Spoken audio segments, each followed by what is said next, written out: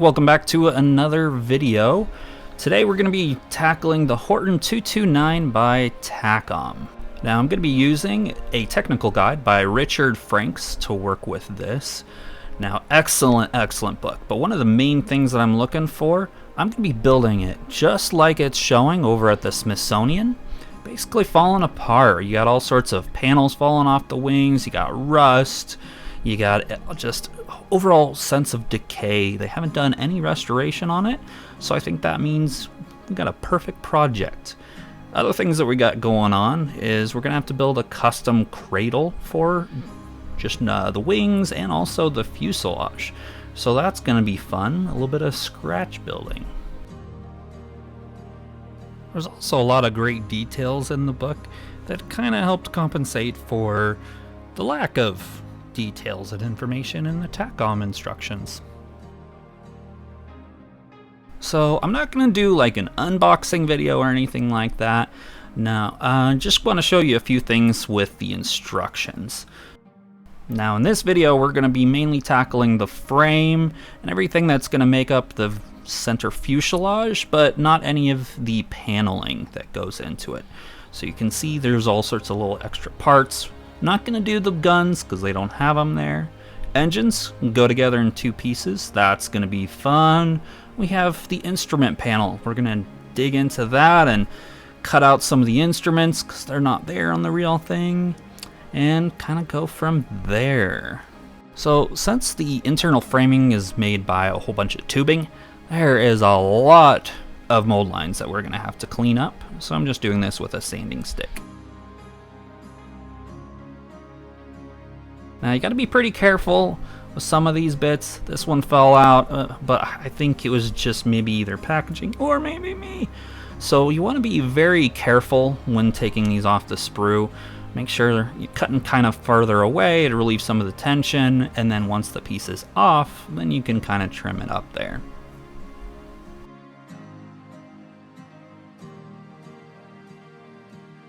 For the tight to reach places, I'm going to be just using my blade to just kind of scrape them away, especially for flat surfaces like this. This will get the job done.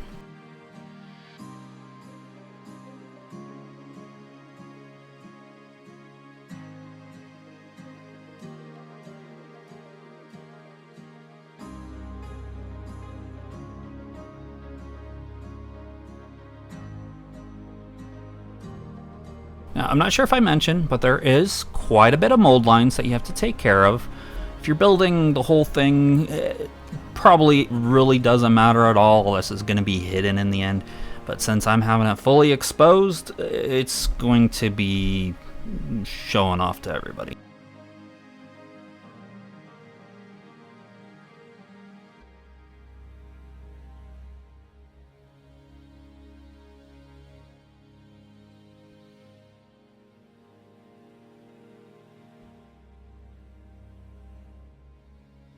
Of course, this little part here, you don't have to do any cleaning up with it. It's just going to be used to attach one of the engine shields.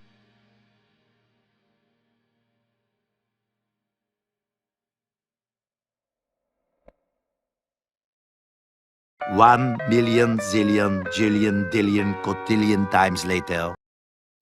Now, I'm going to blame the instructions, but do the opposite of what I'm actually doing here, because it actually sits off center. So for this one, don't overthink it. Just post into that socket, line it up with each side, and that's it, just like it shows on here. Do not follow Takom's instructions. They are blatantly wrong. It doesn't fit like that unless you wanted to break the thing. It's so dumb. It's so dumb, it's brilliant. No! It's just dumb! Everything that makes up the base of the structure is pretty easy. All goes together pretty good. Everything lines up pretty nicely. Didn't really have any drama with there, other than the part that you can see that it's kind of holding on by a thread there. Yeah, we'll talk about later. Everything just kind of lines up into each of its own post and socket and works out pretty good. Now the level of detail that goes on into here is pretty nice. They don't capture everything that's there, But if we're comparing it to like the Zukimura kit, I think it's pretty on par. I don't have the 32 scale, but everything looks pretty similar to that and a lot less money. One thing that you're definitely losing, of course, is the instruction manual. Nowhere close. Now these pieces, I would avoid putting them together until the very end, quite a bit further along in the process, because they're so flimsy. I've broken them all off. I don't even know what they go to. We'll see in the end if they're even completely relevant for this part of the build for me. Now, for the next frustration that comes into the instructions, don't put this piece in. The instructions don't tell you how to orient it. Did some test fitting with the top bar where it kind of goes into, and everything fits when you're looking at it with that. However, there is a post that goes in that little hole that you have there, and once you're putting that piece in and some of the other things like the engine, it doesn't fit. It just doesn't fit unless you do it just right.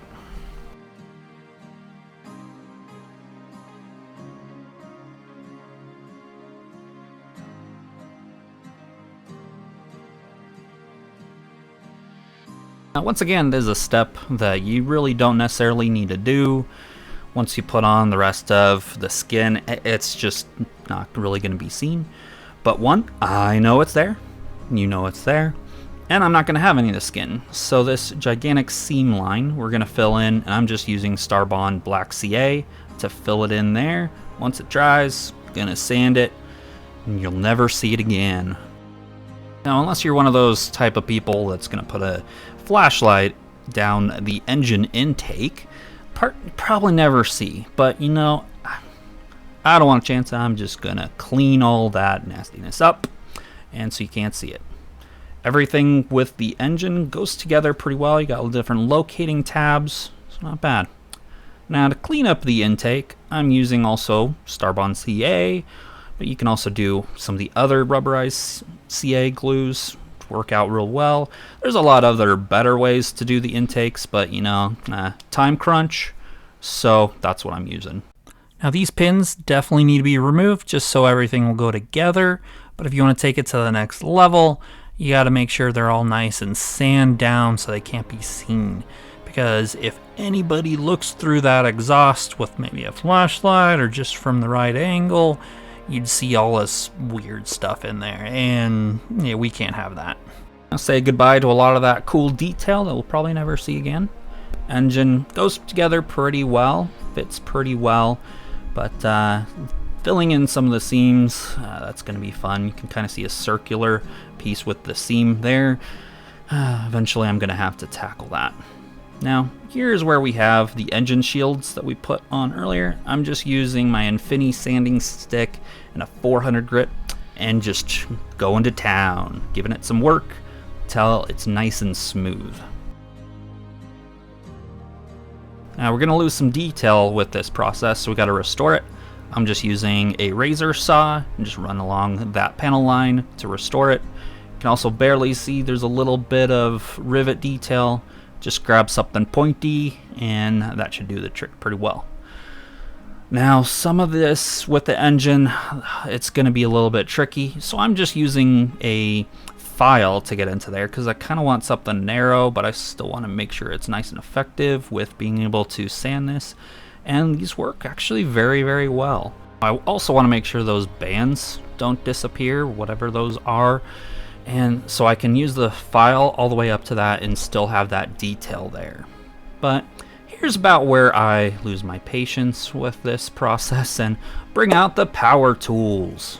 This is Dispay's rotary disc sander. Super helpful for sanding just about anything that you're working with. I like it a lot more than the reciprocal one.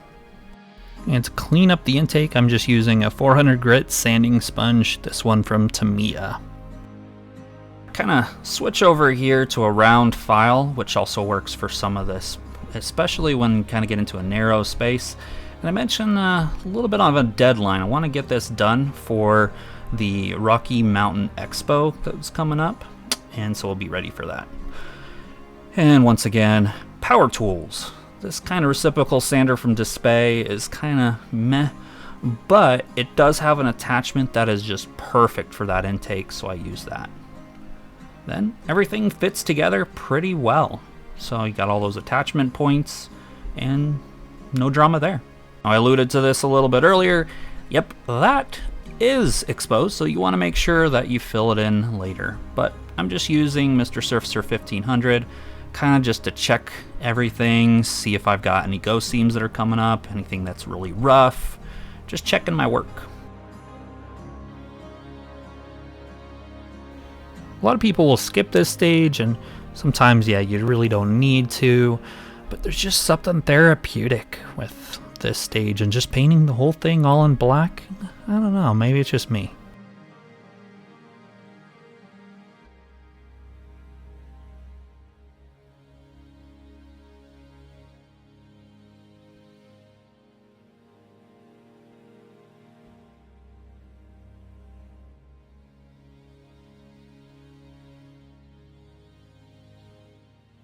From the reference photos, it looks like they parked the Horten in kind of a bad neighborhood. All the instruments are gone, the control stick grip is gone.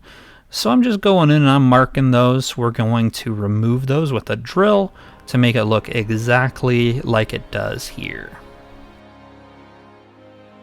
So I got this wannabe Dremel on an Amazon deal and wanted to give it a shot with this because it'll take forever hand drilling these, and using the drill bit that actually comes with it, you know, and some other bits, what could go wrong? So this bit is actually pretty close to the same size as that instrument, so I'm just going to drill that out and then clean it up with a different bit. It was at this moment that he knew. He f***ed up. Yeah, so the Dremel idea wasn't the best of ideas. Should have just found the right drill bit and took it real slow. So yeah, kind of did have to do some cleanup here, and I had to build up some of the material back up on the place that just kind of melted it away. So there's that. Learn from my mistake. Gotta take a little bit of care with the bezels, not to remove them. For that, you could probably use a hobby chisel. I'm just using a blade to just scrape it away. The electrical panels that were in the cockpit were removed, so that means there's all sorts of fun wires exposed there. So we're definitely going to replicate that. Here's the kit part. Just trying to grind it away so I can make a flat spot, so I can kind of build up maybe some of those different fuses. But in the end, why change the part when you can just completely scratch build the part? So I'm just using evergreen tube to make up that tube portion, and then just using some different scraps that I had lying around to kind of make up the box structure. The individual fuses are just evergreen square rods, and I'm just cutting them to an approximate length that just kind of fits the part and going from there. Then I'm cutting a bunch of them to approximately the same length. Then I just line them up against here, and I can just take my blade and cut them all to the same length. And this is your scratch building for lazy people tip of the day. Now just using some extra thin, and then just kind of moving the different fuses into place, not really measuring the distance between them, just kind of where it looks acceptable.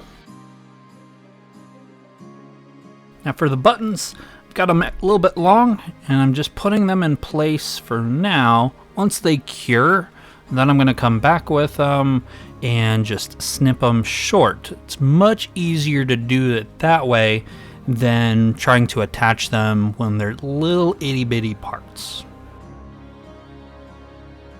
To replicate the wires, I'm just using this bead weaving thread from Bead Along, and it's got a little bit of a texture to it, and so it works really well for some different wiring that kind of has, you know, that sheathing to it. It's almost fabric-like. I'm just grabbing that whole bundle of wires and kind of tacking them back into kind of a nook and cranny where likely going to be hidden with all the other stuff, so I won't see it later. One of the details that I thought was really cool is that with the instruments removed, you can see some of these wires poking through. So I wanted to replicate that with some wires on the back side of there. So I'm just using that same thread and just kind of looping them, making it look pretty similar to what we have in the photos. Recently, I did a review of this rust effect from 8K. It's really cool stuff. What it is you got iron that is inside a acrylic paint medium, and you pretty much just put them wherever you want there to be rust, let it sit. Once it's dry, use the oxidizer, and boom, you have natural, actual rust. So with the seat, I want a lot. So I put a bunch there because that's what the actual photographs that I have show. Engines, not so much. So I'm being a little bit more picky and strategic with where I put them there. Once that paint has dried, I'm just using the second component, the oxidizer, and I'm just running it over there, slathering on, and you can see already the first pass that's on the aft of the engine. That's creating a pretty cool look. We're getting close to something I want. And you can add more and more to try to see if you can get even more of a rust effect on there. Now when you're using this, you're going to have what I'm guessing is either leftover oxidizing agent or maybe a byproduct of it. It's this white chalkiness that goes on there.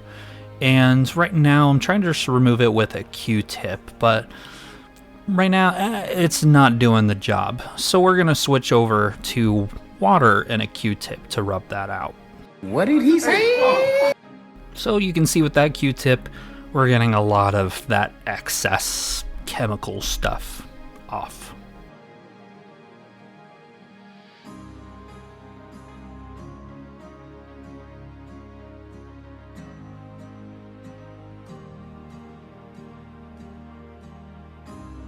As usual, when I'm showing my weathering, really isn't a systematic process. It's just kind of figuring it out as I go.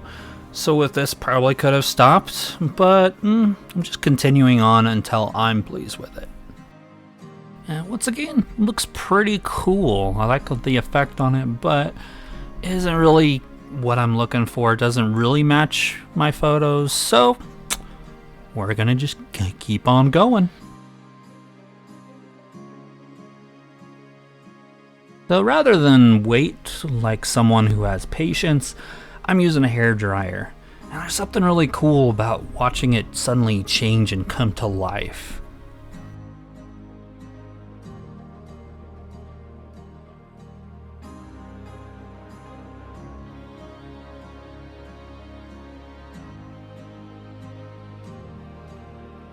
So at this stage, it just kind of looks weird, kind of blotchy.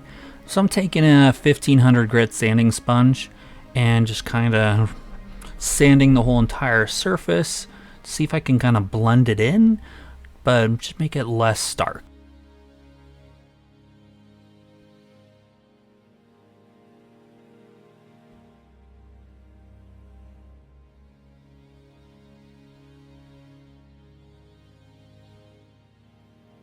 Noticed in a few places, for whatever reason, just the paint was extra thick and kind of looked like it globbed on.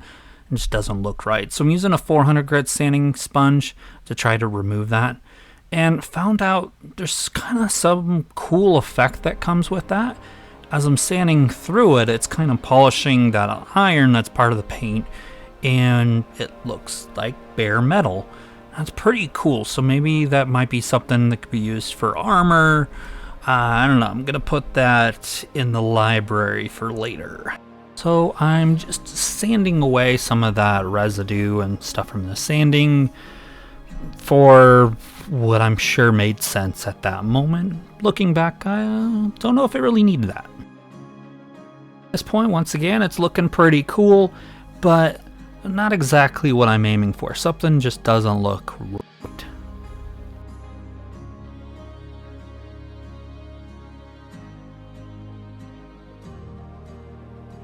After looking at some of my references, the aft portion of the engine, I guess after the combustion area, is a completely different metal, or at least it looks that way.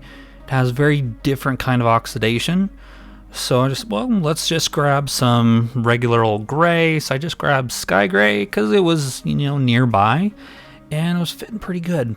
Made sure it was really thin, and mainly tried to stick towards the different black areas because there really wasn't any black that was showing through on my references. So if anything, it was oxidizing more maybe with a metal that doesn't exactly rust, but more has its own kind of oxidation, kind of like aluminum. So that's what we're replicating here, and we're getting quite a bit closer to the finish line.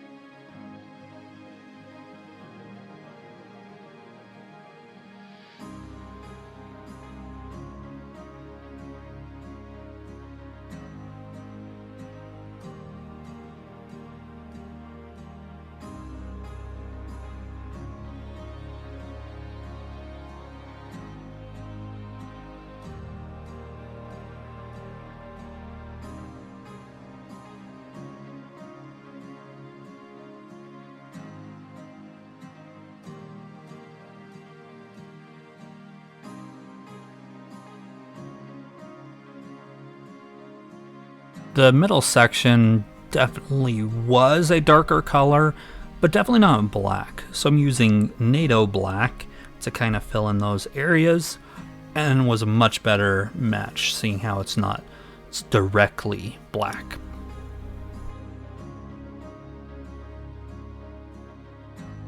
NATO black also helped to kind of tone down some of the rust that was going on as well.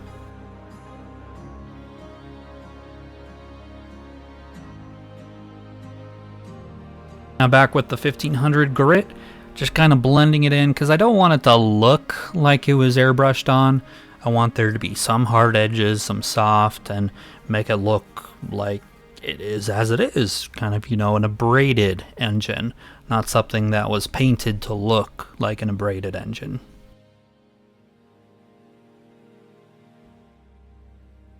The forward sections of the engine, I'm using LP11. And yes, I know some of that is not accurate. Don't worry, I'll fix it later. Trust me.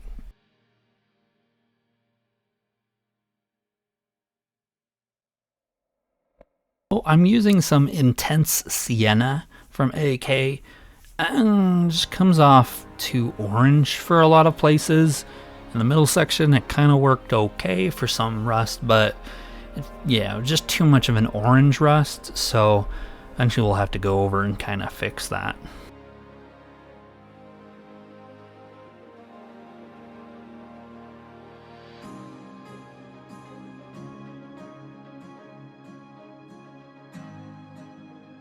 Burnt umber as a highlight was quite a bit better. That's a little bit more of a brown than just a orangey orange rust.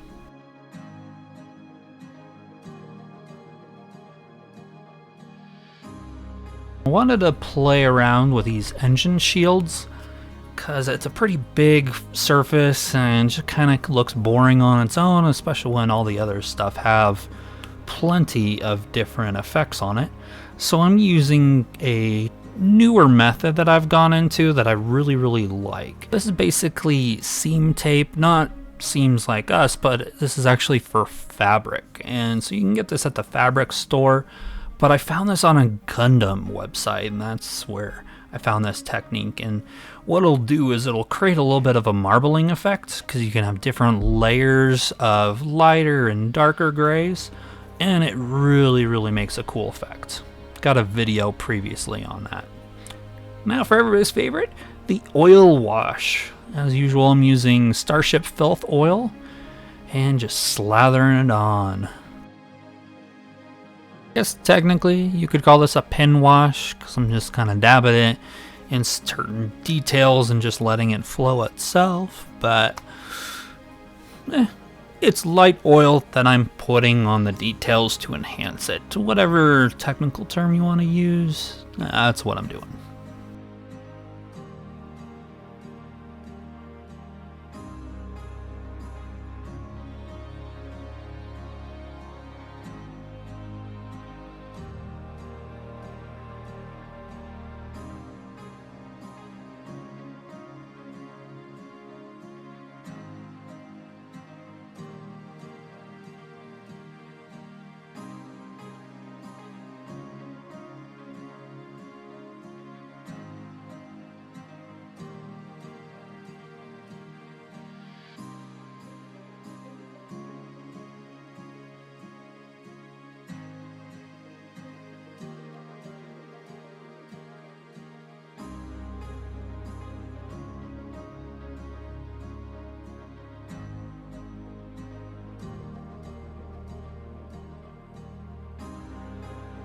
Now in strategic areas, I am putting what is mostly oil to a little bit of mineral spirits in certain areas where I expect there to be a lot of that oil buildup. So think about gravity. Where is it going to pool? What are some of the details also that it's going to pool into? Then we'll blend this in after it's dry.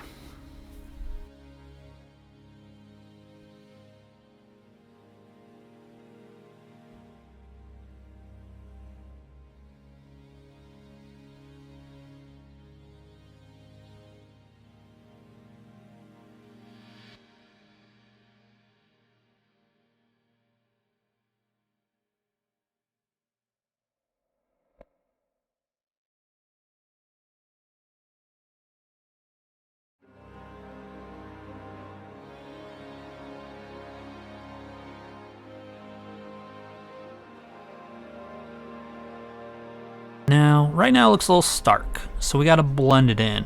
All I'm doing is grabbing my brush and I'm just tapping the surface. Give it a little tappy. Tap, tap, tap-a-roo.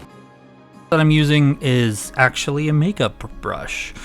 You know, Target, couple bucks versus AK for maybe $8. Probably the same factory for all I know, but it does the job. I mean, that's kind of a way what you're doing with the makeup anyway, so it works.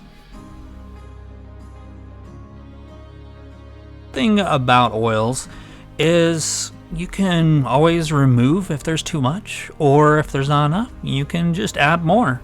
It's very, very forgiving, and you can even come back to it after a couple of days and do that.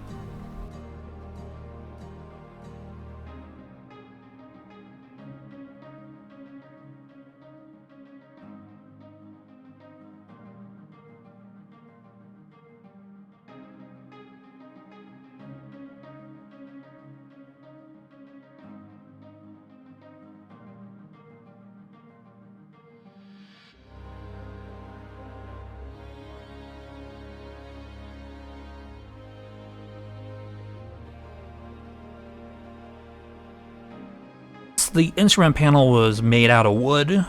What we're going to do is use light brown as our base coat, and then we're going to have multiple layers on top of that. This layer is going to be our Tamiya chipping liquid. This is the first time I've used this. I had to order it all the way from Japan because it doesn't really come over here apparently. And it does the job so far, but is it worth all that? I don't know. There's other options around. So I'm just lathering it on in all the different places, letting it dry. Now we come back with RLM 66 and just spraying that all over. And then once that dries, then we're going to come back here with a stiff brush and we're going to just try to chip it away with some water. And just like a lot of the chipping fluid, sometimes you have to get it started with like a toothpick. And then once it kind of starts breaking free, then you can do quite a bit more with it.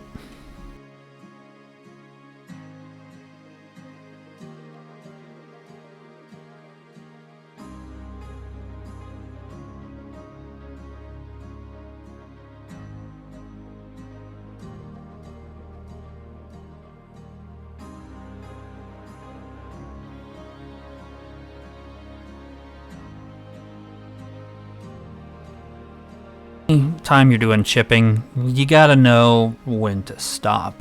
And looking back, I probably could have done a little bit more to match what is in the references, but I think it's pretty close. Playing around with some accumulation of dust and some highlights in certain areas. So I'm just using wooden deck tan for that, and just looking where would a lot of the dust kind of accumulate. Not if people are, rubbing their hands all over and wiping it all off and going from there.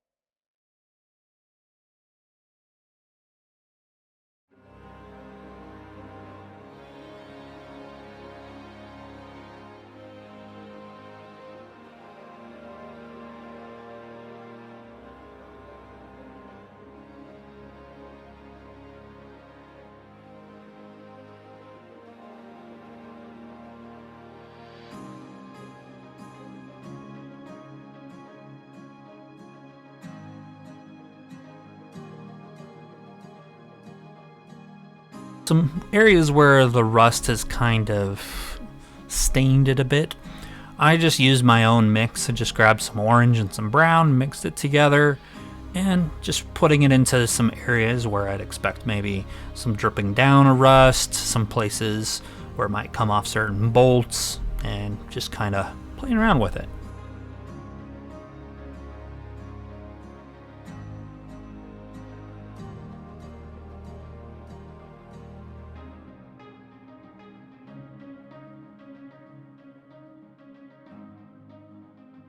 Now at this point you probably realize that the interior color is not correct. So I'm fixing that with XF22, which is a lot more accurate for it, but you know, I'm always going to blame Takom, you know, since they didn't have any color call-outs in the instructions. But again, the thing in real life also was pretty light because of all the dust and everything on it, so I probably could have left it as is, but I also think it is a lot better with this darker color. Did like about the kit is all the instruments are individual decals. So what I did is I'm just putting them in place. For some of these, I like it to have just minimal moisture on it, because I want to see where it's going down instead of guesstimating where I'm putting it in almost a puddle. So it gives me a little bit of that. Granted, you want a little bit of water so it does have some stick, so if you sneeze it doesn't just blow away. But just so I can move it around and see where it's actually going to fit in there. Once I have that, then I'm going to use all my decal solutions to make sure it sets in place. And then to kind of replicate the glass, I'm using AK Gauzy. And I played around with trying to tint this a little bit with some different shades to kind of make it look like it was yellowing. And I guess I could have used Future. I do have some lying around that's really old and already naturally yellowed now that I think of it. But well, maybe for next time. But for now, just AK Gauzy, pretty much straight out of the bottle, and then we're gonna come back and add some dust later on.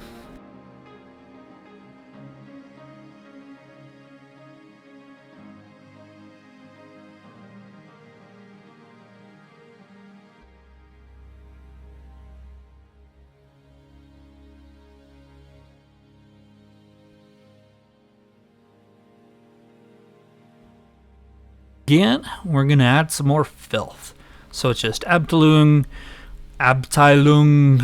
whatever, Starship filth with mineral spirits, and I'm just putting those kind of in each of the corners, and so it just kind of can bind to that. Don't have to necessarily slosh it all over everything, but if that makes you happy, then go for it.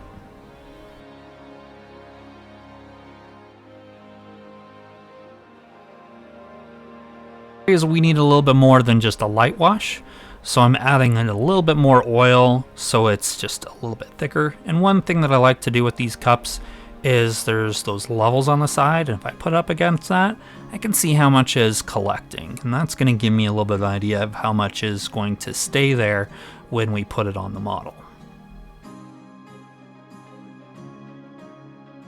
Remember earlier when I said avoid certain parts till the end because, you know, they don't fit?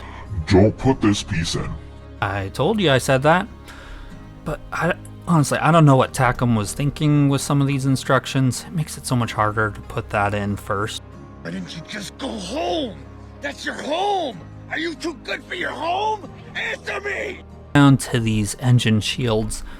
Takom provides some really good locating pins and kind of slots where it goes in, but I wouldn't do it the way they say how to do it.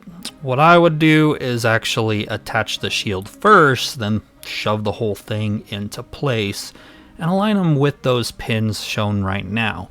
It makes it so much easier.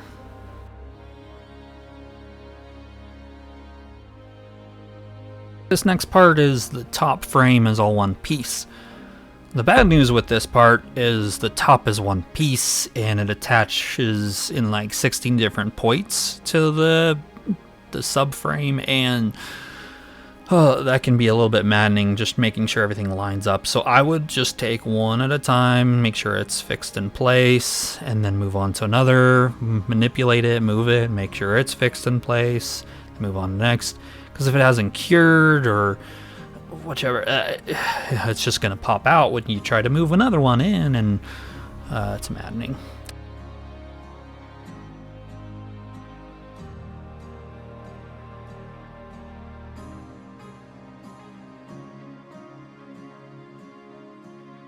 Locating tabs I was talking about earlier, they're great for lining up everything, but if you're in my case, you're gonna see those, we gotta go and clean that up. So once again, black CA, power tools, sanding, and more painting and fixing.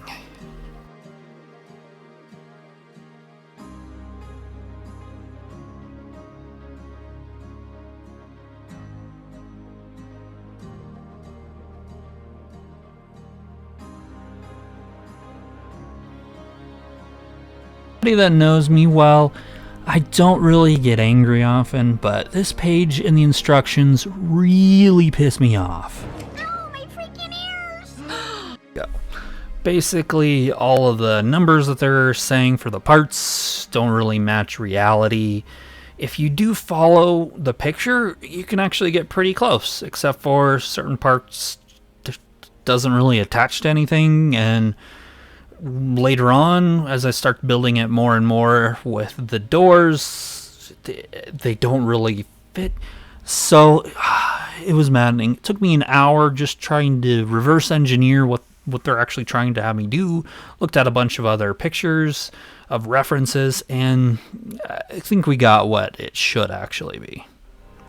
For the nose wheel, I'm not going to have the wheel there, and I'm not going to have the mud guard. So they made some kind of little bar structure when mounting this, so I replicated that with just evergreen styrene. Chipping, I just grabbed some black paint with chocolate brown mixed, and I'm just dabbing that on with a sponge. Now, as far as placement, that becomes an interesting thing. I went through the different photos, and I'm assuming a lot of this bar is actually aluminum tubing, and so it wouldn't really have oxidation in the way of iron rust.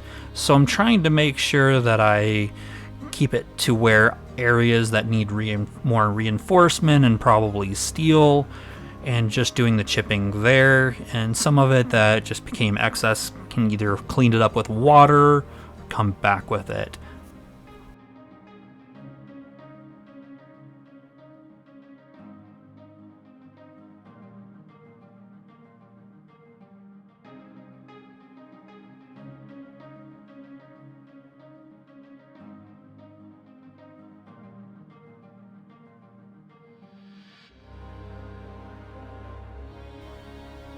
So looking at my references, I see that landing gear got really beat up. So it's got all sorts of chipping on it.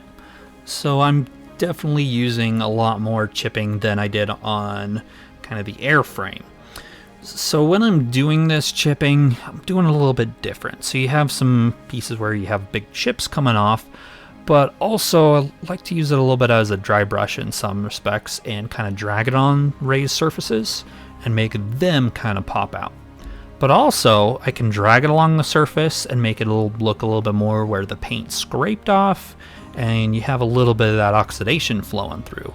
So sponge chipping is one of my favorite techniques.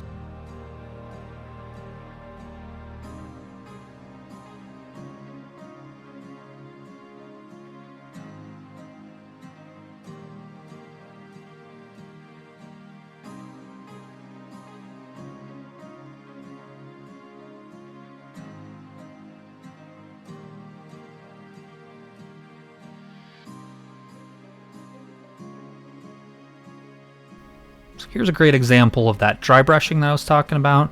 So I'm not going just vertically tapping the surface. I've got a little bit of a dragging that's going on to it. So it's going to highlight some of the raised surfaces since they're going to get more abrasion. And then also certain areas creating a little bit more of a scrape pattern to it.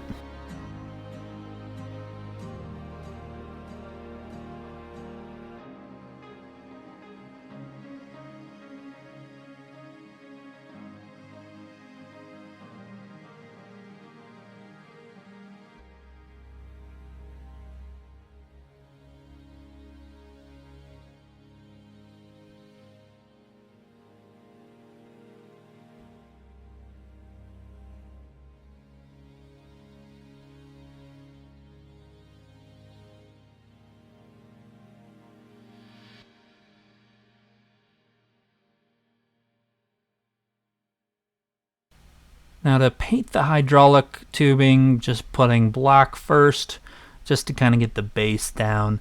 Then I'm going to use all sorts of other browns and rust colors on top of that to make it look aged. Now looking at my references, there was plenty of variety to the suspension components of the landing gear. Some of them looked a little bit newer, but still had some aging on it, but you could at least tell that it was a different kind of metal and shiny was underlying it. Some parts like this, I'm just using that same chipping color because it was fully oxidized and just kind of blended in.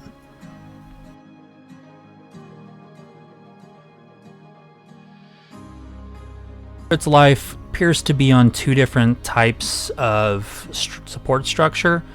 I'm going to do the later one that it appears to be showing in the museum right now. So to build that, I'm just kind of guesstimating a little bit with the outline of the landing gear as they are in place, and then create the structure based off of those 3 points.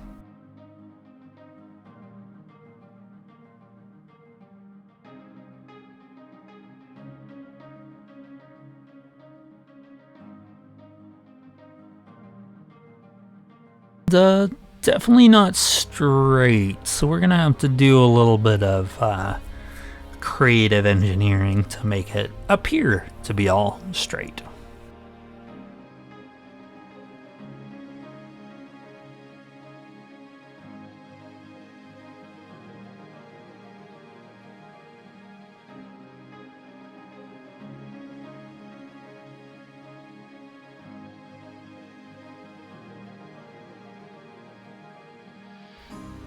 So if you're like me, and you share a hobby space with your wife that's a quilter, and you can't find some of your tools, like your proper square, then you might find something that is pretty square and shiny, and just go ahead and steal it and use it for the meantime. Why not?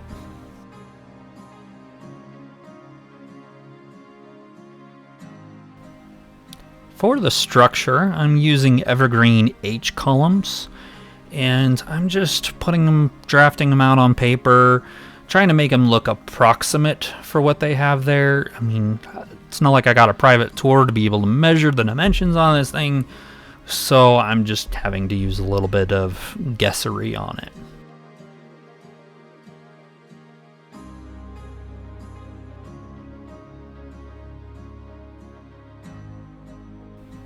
So once I've got all the pieces together, I can kind of check the alignment. It works pretty well. You also notice I scratch built the hubs for the wheels and these little blocks that they sit on. And yeah, looks pretty good for alignment. Maybe just a little off, but it's good enough. After that, I painted it all black and then NATO black to kind of make sure that it's not just boring black, but a little off black. Then I'm using that same chipping color and giving it all sorts of chips, because this thing saw some life. It's not the thing that they used in the warehouse for 50 years, but this is the thing that they've been moving around, and they've been grabbing tools and dropping tools on. Things have been dripping on it. Certain things have been rusting because they didn't paint it. So there is a lot of life that's going on here. Now we can highlight a few of the areas for some just kind of buildup of rust with Vallejo light rust. And the good thing about this is it's pretty thin. It does take a little bit to build up, so it doesn't look like you're just spray painting on some orange.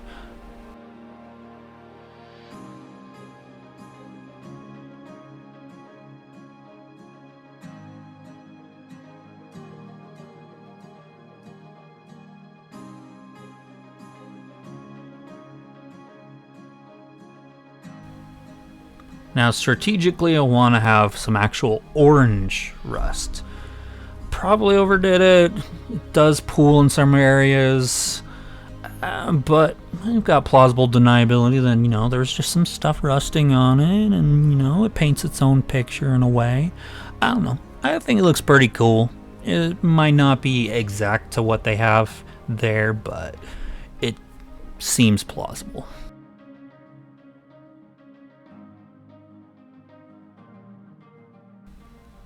Since I want to create a little bit of a dusted effect where it's been sitting for a while, I'm going to airbrush on my pigments. So I'm using Europe Earth, and for this I chose to use the Mr. Color Leveling Thinner as its medium, and probably wasn't the best choice.